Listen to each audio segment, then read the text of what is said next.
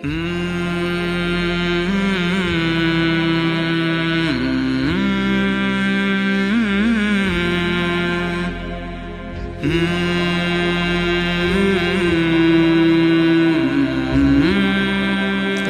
علیکم ورحمۃ اللہ وبرکاتہ۔ الحمدللہ وکفی وسلام علی عبادہ الذین اصطفیٰ وخاصۃ علی محمد رسول اللہ صلی اللہ تعالی علیہ وسلم۔ اما بعد فاعوذ باللہ من الشیطان الرجیم، بسم اللہ الرحمن الرحیم۔ وَكَذَلِكَ جَعَلْنَاكُمْ أُمَّةً وَسَطًا لِتَكُونُوا شُهَدَاءَ عَلَى النَّاسِ، اور ہم نے تمہیں اعتدال والی امت بنایا تاکہ تم دنیا کے لوگوں کے سامنے گواہی دے سکو۔ یہ ایک آیت کا ٹکڑا میں نے پڑھا ہے۔ روزانہ کی تلاوت میں سارا قرآن تو بیان نہیں ہو سکتا، جو آیت پیش کرنی زیادہ ضروری ہوتی ہے اس کو میں کوشش کرتا ہوں ہائی لائٹ کر دوں۔ اس میں اللہ نے ہمیں زندگی گزارنے کا ایک پیمانہ دے دیا، ایک ترازو دے دیا ہے کہ ہم نے تمہیں اعتدال والی امت بنایا ہے۔ اس کی میں مثال دیتا ہوں، جیسے پہلے زمانے میں ترازو ہوتے تھے، اب تو ڈیجیٹل آ گئے۔ تو ترازو ہوتے تھے تو اس میں نا ایک کانٹا ہوتا تھا یہاں ایسے کر کے، اور ادھر دو پلڑے ہوتے تھے۔ تو جب وہ کانٹا بالکل درمیان میں ہوتا تھا، نہ ادھر جھکاؤ نہ ادھر جھکاؤ، تو اس کی اس حیثیت کو اعتدال کہتے ہیں۔ ادھر چلا جائے زیادہ تو بھی شدت پسندی، ادھر چلا جائے زیادہ تو بھی شدت پسندی۔ یوں ہو جائے دین میں بہت زیادہ، یہ بھی اللہ کو پسند نہیں۔ ایسے ہو جائے دنیا میں بہت زیادہ، یہ بھی اللہ کو پسند نہیں۔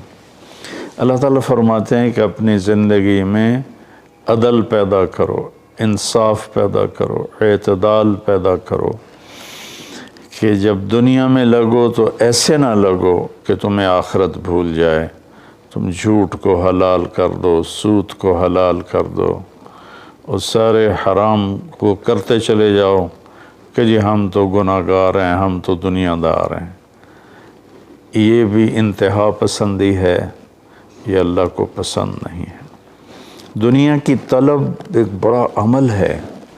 اللہ کے نبی کا فرمان ہے، من طلب الدنیا حلالا، جس نے رزق حلال کمایا، جس نے دنیا کو حلال راستے سے طلب کیا، اس میں جھوٹ نہیں، اس میں دھوکہ نہیں، فراڈ نہیں، اس میں سود نہیں، اس میں ظلم اور زیادتی نہیں، اس میں وعدہ خلافی نہیں، کسی غلط چیز کی تجارت نہیں، شراب بیچتا ہے یا ڈرگز بیچتا ہے، نسل کو برباد کرتا ہے۔ تو جس نے حلال راستے سے دنیا کو کمایا،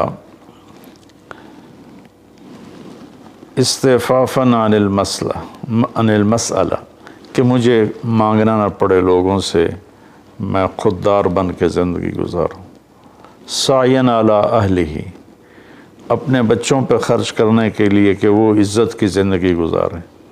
تعطفاً علی جارہ، اپنے آس پاس کے غریب لوگوں پر خرچ کرنے کے لیے، جو صبح بازار جاتا ہے اور اپنی جاب پر جاتا ہے، اپنی مزدوری پر جاتا ہے، وہ ریڑھی پر بیٹھتا ہے یا بہت بڑے پروجیکٹ کے آفس میں بیٹھتا ہے، اگر یہ چار باتیں اس کے اندر ہیں، حلال کماتا ہے، جابین رشوت نہیں لیتا، غلط کام نہیں کرتا، کسی کی فائل نہیں روکتا، بچوں پہ خرچ کرنے کے لیے اور پڑوسیوں کو نوازنے کے لیے، غریب پڑوسیوں پر خرچ کرنے کے لیے، اور سوال سے بچنے کے لیے۔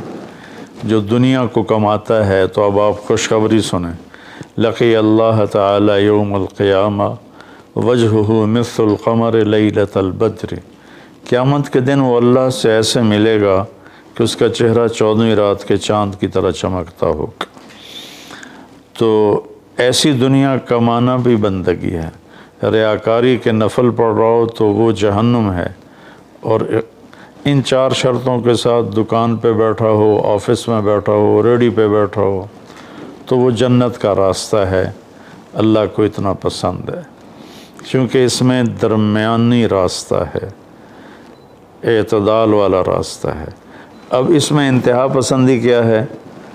دوسری حدیث پیش کرتا ہوں، تعس عبد الدینار وعبد الدرہم وعبد القطیفہ، تعس وانتکس وإذا شیک فلن تقش، ان اعطی رضی وإن لم یعط سخط۔ اب نے فرمایا دینار کا چاہنے والا، دینار کا غلام چاہت تو سب کی ہے، سونے کا غلام ہلاک ہو جائے، چاندی کا غلام ہلاک ہو جائے۔ اللہ نے کائناتی معیشت کو، اکانومی کو سونے چاندی کے گرد گھمایا ہے، یہ اللہ کی اپنی قدرت ہے۔ تو اب یہ انتہا پسندی آ رہی ہے، جس نے آپ نے کہا ہلاک ہو جاتا ایسا، کون؟ عبد الدینار، سونے کا غلام، چاندی کا غلام، اور زیب و زینت کا غلام، اسیسریز کا غلام، کہ حلال رزق میں ایسی نہیں مل رہا تو چلو کوئی ڈنڈی مار لو، کوئی رشوت لے لو، کوئی جھوٹ بول کے سودا بیچ لو، یہ ہے۔ تو اس کے لیے آپ نے بد دعا فرمائی۔ یہ بخاری شریف کی روایت ہے، آپ رحمت اللہ علیہ عالمین ہو کر آپ بد دعا فرما رہے ہیں کہ ایسے لوگ، چونکہ یہ لوگ جب دنیا میں جاتے ہیں تو اوروں کے حقوق مارتے ہیں، اوروں جو رشوت لیتا ہے، وہ رشوت دینے والا پتہ نہیں کن مشکلوں سے اپنے کام کے لیے پہنچا ہوتا ہے، جس کو یہ دھوکہ دے کے مال بیچ دیتا ہے، وہ پتہ نہیں کتنی مشکلوں سے پیسہ بنا کے مال لینے آتا ہے، اس کو یہ 2 نمبر ٹکا دیتا ہے۔ اس لیے ان کے لیے بد دعا فرمائی کہ یہ معاشرے کے لیے ناسور لوگ ہیں، چاہے یہ کتنے ہی نامور ہوں، لیکن یہ معاشرے کے لیے ایک عذاب ہیں، ایک مصیبت ہے۔ تو دنیا میں بھی چلو تو درمیانہ راستہ اختیار کرو، اتنے نہ کھب جاؤ میرے بھائیو کہ ٹوائلٹ میں بھی سودے ہو رہے ہوتے ہیں، پیشاب کرتے ہوئے۔ ابھی میں کراچی سے لوٹا تو لاہور ایئرپورٹ پر میں وضو کرنے گیا تو پیچھے جو پیشاب کرنے کی جگہ ہوتی، وہاں ایک آدمی کھڑا ہوا، گردن کے ساتھ اس نے موبائل پکڑا ہوا تھا اور بولے جا رہا تھا، بولے جا رہا تھا، بولے جا رہا تھا۔ یہ بھی کوئی زندگی نہیں ہے، کھانا بھی کھا رہے ہیں اور سودا بھی بیچ رہے ہیں اور پیمنٹ بھی لے رہے ہیں اور سودا کر بھی رہے ہیں اور ساتھ کھانا بھی کھا رہے ہیں۔ تو یہ تو کھانا زہر بن جاتا ہے، دماغ کی طرف سے آرڈر جاتا ہے کہ کھانا آ گیا ہے، تیار ہو جاؤ، معدے کو آرڈر ملتا ہے، ساتھ ہی فون کی گھنٹی بجتی ہے، فون اٹھاتا ہے تو آرڈر فون کی طرف چلا جاتا ہے، معدے کو آرڈر نہیں جاتا، غذا زہر بن جاتی ہے۔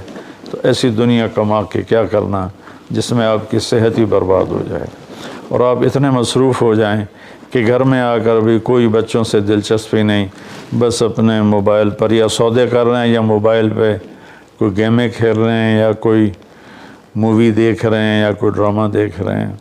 کتنی مائیں ہیں جو اس طرح اپنے بچوں کو جھٹک دیتی ہیں، وہ ڈرامہ دیکھ رہی ہوتی ہیں یا کوئی مووی دیکھ رہی ہوتی ہیں یا کوئی کلپ دیکھ رہی ہوتی ہیں، تو بچہ آتا ہے تو اس کو ہوں ہاں کر کے ٹال دیتی ہیں۔ میرے بھائیوں، میری بہنوں، اپنی زندگی کو وہ درمیان میں لاؤ، درمیان۔ میں آپ کو مثال دیتا ہوں، گاڑی کے چاروں ٹائر میں ہوا بیلنس ہو تو گاڑی صحیح چلتی ہے، چاہے ایف ایکس کیوں نہ ہو، اور اگر ہوا اوپر نیچے ہے، بیلنس نہیں ہے، تو مرسڈیز بھی ہوگی تو وہ چلنے میں آپ کو تکلیف دے گی۔ ایک گاڑی ہے، انسان بھی، اس کو بھی بیلنس آف لائف چاہیے۔ یہ گھر میں آؤ تو گھر کے ہو جاؤ، فون آف کر دو، اور اپنے بچوں سے بات کرو، بیوی سے بات کرو، ان کے ساتھ بیٹھو، ان سے گپ شپ کرو، اور گھر کی باتیں کرو، گھر کے مسائل ذکر کرو، باہر کے مسائل کو گیٹ پہ چھوڑ کے آ جایا کرو۔ تو یہ تو دنیا ہے نا، اللہ نے اس میں ناپسند کیا ہے کہ ہم اپنے آپ کو زیادہ کھو پائیں، لیکن دین میں بھی اللہ نے ناپسند کیا ہے کہ ہم اس میں زیادہ لگ جائیں۔ لا تغلوا فی دینکم، اپنے دین میں انتہا پسندی پہ مت جاؤ۔ اللہ نے اپنے محبوب سے فرمایا فلا تذهب نفسك علیہم حسرات، میرے نبی آپ ان غیر مسلموں کو تبلیغ کرتے ہوئے اتنا دکھ نہ اٹھائیں کہ آپ خود آہیں بھرتے بھرتے فوت ہو جائیں۔ اللہ نے اپنے نبی سے فرمایا، نماز لمبی کی تو اللہ نے اس سے منع فرما کر فرمایا کہ ما انزلنا علیک القرآن لتشقی۔ اللہ نے اپنے نبی سے اعتدال مانگا، لا تبسطھا کل البسط، میرے نبی آپ مال خرچ کریں لیکن سارا نہ خرچ کریں، کچھ بچا کے بھی رکھیں۔ اللہ نے اپنے محبوب سے فرمایا، اس لیے تو اللہ نے زکوٰۃ کا نظام چلایا۔ تو اور ایک حدیث پہ پیش کرتا ہوں، 3 صحابہ آئے حضرت عائشہ رضی اللہ عنہ کے پاس کہ اللہ کے نبی کی رات کیسی ہوتی ہے، تو انہوں نے فرمایا کہ سوتے بھی ہیں اور اٹھتے بھی ہیں، نفل بھی پڑھتے ہیں، بلکہ آپ کی بہت خوبصورت عادت تھی، جب آپ تہجد سے فارغ ہو جاتے تو یوں کر کے لیٹ جاتے، ایسے کر کے، اور حضرت عائشہ رضی اللہ تعالیٰ عنہ بھی اٹھ جاتی تو آپ ان کے ساتھ اسی حال میں باتیں کرتے، گپ شپ لگاتے، تہجد کے وقت میں اپنی بیگم سے پیار محبت کی باتیں ہو رہی ہیں، اتنے میں حضرت بلال اذان دیتے تو آپ اٹھ کے 2 رکعت سنت ادا کرتے اور نماز پڑھانے کے لیے مسجد تشریف لے جاتے تھے۔ تو اتنی اعتدال کی لائف تھی، ہنسی مذاق فرماتے تھے، اور حضرت عائشہ رضی اللہ عنہ کو لقمے بنا کے کھلاتے تھے، ان کو آٹا گوندھ کے دیتے رہے جب تک حضرت عائشہ رضی اللہ عنہ کو آٹا گوندھنا نہیں آیا، کہ وہ چھوٹی عمر میں ان کی شادی ہوئی تھی۔ تو انہوں نے جب یہ سنا تو کہنے لگے وہ تو اللہ کے نبی ہیں، وہ تو کچھ بھی نہ کریں، بخشے بخشائے ہیں، ہمیں تو کچھ کرنا چاہیے، کیا کریں؟ ایک نے کہا میں ساری رات نہیں سوؤں گا، نفل پڑھوں گا، کتنی اچھی نیت کی ہے۔ دوسرے نے کہا میں ساری زندگی روزے رکھوں گا، کبھی افطار نہیں کروں گا، کتنی اچھی نیت ہے۔ تیسرے نے کہا میں شادی نہیں کروں گا، بس اللہ کی عبادت کروں گا اور اللہ کے راستے میں جہاد کروں گا، کتنی اچھی نیت ہے۔ آپ کو پتہ چلا تو آپ نے تینوں کو بلا لیا، تو آپ نے ان کو ڈانٹ پلائی، تم میرے اللہ کو مجھ سے زیادہ جانتے ہو، تم میرے اللہ سے مجھ سے زیادہ ڈرتے ہو، زیادہ تقوی والے ہو، میں تم میں سب سے زیادہ اپنے اللہ کو جانتا ہوں، سب سے زیادہ اللہ سے ڈرتا ہوں، میں کھاتا بھی ہوں، روزہ بھی رکھتا ہوں، میں نے شادی بھی کی ہے، میں سوتا بھی ہوں اور میں جاگتا بھی ہوں، اور میں نے آپ نے تو 11 شادیاں کی، 9 بیویاں زندہ تھیں جب آپ دنیا سے تشریف لے گئے، تو آپ کی خوبصورت زندگی تھی ان کے ساتھ۔ تو آپ نے تینوں کو ڈانٹا اور فرمایا کہ اعتدال کے ساتھ چلو، جس نے کہا میں شادی نہیں کروں گا شادی کرے، جس نے کہا میں روزہ نہیں چھوڑوں گا وہ روزہ چھوڑے، کہ مہینے میں 3 روزے رکھو بس، 13، 14، 15، اور جس نے کہا میں رات سوؤں گا نہیں وہ آرام بھی کرے اور اٹھے بھی صحیح۔ تو یہ زندگی اعتدال والی اللہ کا تو دین میں انتہا پسندی اچھی نہیں لگتی، اور اللہ نے اس کو رد فرمایا۔ ہمارے بعض نادان دوست قربانی کے نام پر پورے گھر کو اجاڑ دیتے ہیں اور انہیں احساس بھی نہیں ہوتا کہ کتنا بڑا نقصان کر رہے ہیں۔ سب سے بڑا تقاضا اسلامی تاریخ میں جنگ بدر کا ہے، اس سے بڑا تقاضا قیامت تک نہیں آئے گا کہ جن کے بارے میں اللہ کے نبی کی وہ گواہی ہے جو قیامت تک کسی کے لیے نہیں، ان تہلک هذه العصابۃ فلن تعبد، میرے رب اگر آپ نے اس جماعت کو ہلاک کر دیا تو پھر آپ کا نام لینے والا کوئی نہیں بچے گا۔ اتنی بڑی گواہی 313 کی، اور یہ اتنا بڑا تقاضا تھا اور اتنا بڑا یہ اس وقت اہم اور ضروری کام تھا۔ آپ نکلے اور ذوالحلیفہ 7 میل دور ہے، جب وہاں پہنچے تو حضرت عثمان اور اسامہ رضی اللہ عنہما کو آپ نے واپس بھیج دیا کہ آپ کی بیگم حضرت رقیہ رضی اللہ تعالی عنہ وہ حضور صلی اللہ تعالی علیہ وسلم کی دوسرے نمبر کی بیٹی تھیں۔ حضرت زینب پہلے نمبر پر، حضرت رقیہ دوسرے نمبر پر، کلثوم تیسرے نمبر پر، حضرت فاطمہ چوتھے نمبر پر۔ تو بیمار ان کو چیچک نکل آیا تھا، تو ان کو وہاں سے واپس بھیجا کہ جاؤ تم رقیہ کی تیمارداری کرو۔ وہ جنگ بدر میں شریک نہیں ہوئے، میرے نبی نے واپس کیا، لیکن جنگ بدر کے شریک صحابہ میں ان کا نام لکھوایا، دونوں کا۔ جب ہم بدری صحابہ کی فہرست کھولتے ہیں تو اس میں اسامہ اور عثمان رضی اللہ عنہما دونوں کا نام ذکر ہے، اور مال غنیمت میں ان کا حصہ بھی رکھا آپ نے۔ اتنے بڑے تقاضے کو آپ نے بیوی کی بیماری کی وجہ سے پیچھے کر دیا اور ان دونوں کو واپس بھیجا، اور رقیہ رضی اللہ عنہ کا انتقال ہو گیا۔ جب آپ واپس تشریف لائے تو وہ دفن ہو چکی تھی، تو آپ نے ان کی قبر پہ جا کر دعا فرمائی۔ تو میرے بھائیو، دین میں بھی اعتدال ہو، دنیا میں بھی اعتدال ہو۔ یہ رہبانیت تو نصارہ عیسائیوں میں تھی کہ شادی نہیں کرنی، نہانا نہیں، بال نہیں کٹوانے، نوخن نہیں صاف کرنے، پہلے، اب نہیں، پہلے جو قدیم عیسائی مذہب تھا۔ تو طبیعت میں اتنی شدت، غیر فطری زندگی، پھر وہ دوسرے طریقے سے اپنی خواہشات کو پورا کرتے تھے، تو اس سے میرے نبی نے روکا۔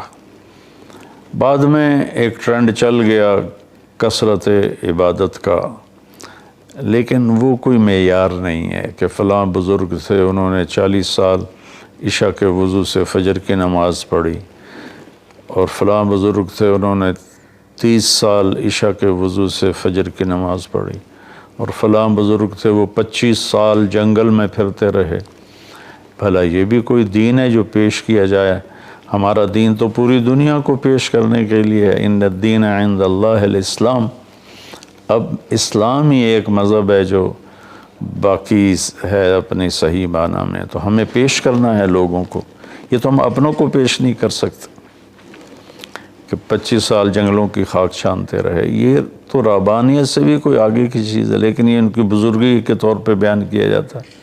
ایک بزرگ تھے، اپنے بالوں کو رسے سے باندھ لیتے تھے، رسہ اوپر چھت میں لٹکا ہوتا تھا، تو جب نماز پڑھتے پڑھتے ان کو نیند کا جھٹکا آتا تو وہ ایسے ہوتے تو وہ بالوں کو زبردستی جھٹکا پڑتا، جس سے وہ ان کی آنکھ کھل جاتی اور پھر نفلوں میں شروع ہو جاتے۔ یہ تو میرے نبی کے حکم کے خلاف ہے۔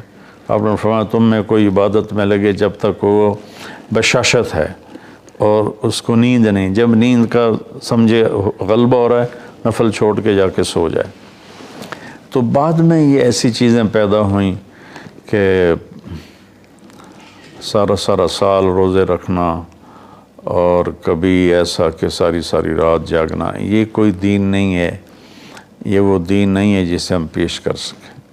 ایک بزرگ کا انتقال ہوا تو میں تعزیت کے لیے گیا، تو ان کے بیٹے بتانے لگے کہ ہمارے والد صاحب صبح 3 بجے اٹھ کے نیچے اپنے کمرے میں آ جاتے تھے جہاں مریدین آتے تھے، اور باقی جو ان کے اپنے علمی کام ہوتے تھے، اور رات 11 بجے واپس جاتے تھے۔ ساری زندگی یہ معمول رہا۔ یہ کوئی قابل ذکر بات نہیں ہے جس کو ہم بطور ایک نمونہ پیش کریں۔ میرے نبی نے اپنی زندگی کو 4 حصوں میں تقسیم کیا ہوا تھا۔ ایک حصہ لوگوں کے لیے، ایک بیوی بچوں کے لیے، ایک اپنی ذات کے کاموں کے لیے۔ آپ اپنے کپڑے خود دھوتے تھے، 9 بیویاں تھیں، آپ اپنے کپڑے خود دھوتے تھے اور ایک حصہ آپ نے رکھا ہوا تھا اللہ کے لیے۔ تو آپ سے زیادہ مشکل لائف کسی کی نہیں، آپ سے زیادہ بڑا ذمہ دار کائنات میں کوئی نہیں۔ آپ نے زندگی کو 4 حصوں میں ڈیوائیڈ کیا ہوا تھا۔ تو اگر ہم دنیا میں لگتے ہیں تو حلال حرام بھول جاتے ہیں، جھوٹ سچ بھول جاتے ہیں، دھوکہ دیانت کو بھول جاتے ہیں، اور دین میں لگتے ہیں تو بچے بیوی بھول جاتے ہیں، اپنے کام کاروبار بھول جاتے ہیں۔ آپ دیکھیں اصحاب صفہ وہ تھے جن کا کوئی کام نہیں تھا، لیکن 10 مبشرہ میں سے ایک بھی اصحاب صفہ میں نہیں، خلفاء میں ایک بھی اصحاب صفہ میں نہیں۔ اور اصحاب صفہ کوئی دینی تقاضوں کے لیے فارغ نہیں بیٹھے تھے، اصحاب صفہ کا ٹھکانہ کوئی نہیں تھا۔ جب صدیقی دور میں ٹھکانے مل گئے تو اصحاب صفہ بھی ختم ہو گئے۔ تو بھائیو، میری گزارش ہے آپ سب کی خدمت میں کہ اعتدال کی زندگی گزارو، اللہ کے واسطے اعتدال کی زندگی گزارو۔ ایک صحابی آئے، بڑے مالدار تھے، کپڑے ان کے پرانے بھی تھے اور بڑے گھٹیا قسم کے تھے اور میلے بھی تھے۔ آپ نے ان سے فرمایا کیا ہوا، غریب ہو گئے ہو؟ کہا جی نہیں۔ آپ نے فرمایا تو اللہ نے جو تجھے دیا ہے تو وہ چاہتا ہے کہ اللہ تیرے اوپر اس کا اثر دیکھے، اٹھو جا کے کپڑے تبدیل کر کے آؤ۔ آپ نے ان کو واپس بھیجا، ان کے کپڑے تبدیل کروائے۔ تو یہ کہ کسی کو اللہ رزق دیتا ہے، وہ اچھے کپڑے پہنتا ہے، اچھی سواری استعمال کرتا ہے، اچھے گھر میں رہتا ہے، اپنا کاروبار دیکھتا ہے، اس کو دنیا داری نہیں کہتے۔ دنیا داری تو جھوٹ اور فراڈ اور حرام اور رشوت، جتنے غلط راستوں سے جو جانا ہے کاروباری زندگی میں، یہ دنیا داری ہے۔ عبد الرحمن بن عوف رضی اللہ تعالیٰ عنہ نے وراثت میں اتنا سونا چھوڑا کہ بچوں میں تقسیم کرنے کے لیے وراثت کو کاٹتے کاٹتے آریاں ٹوٹ گئیں۔ 1000 گھوڑے، 10,000 بکریاں اور 1000 اونٹ، یہ مال مویشی ان کے پاس تھے، اور زمینیں الگ تھیں، لیکن وہ 10 بڑے صحابہ میں ہیں، ٹاپ 10 صحابہ میں ہیں۔ تو بھائیو، رمضان کا مہینہ ہے، اللہ سے مانگیں کہ اللہ ہمیں اعتدال والی زندگی نصیب فرمائے۔ السلام علیکم۔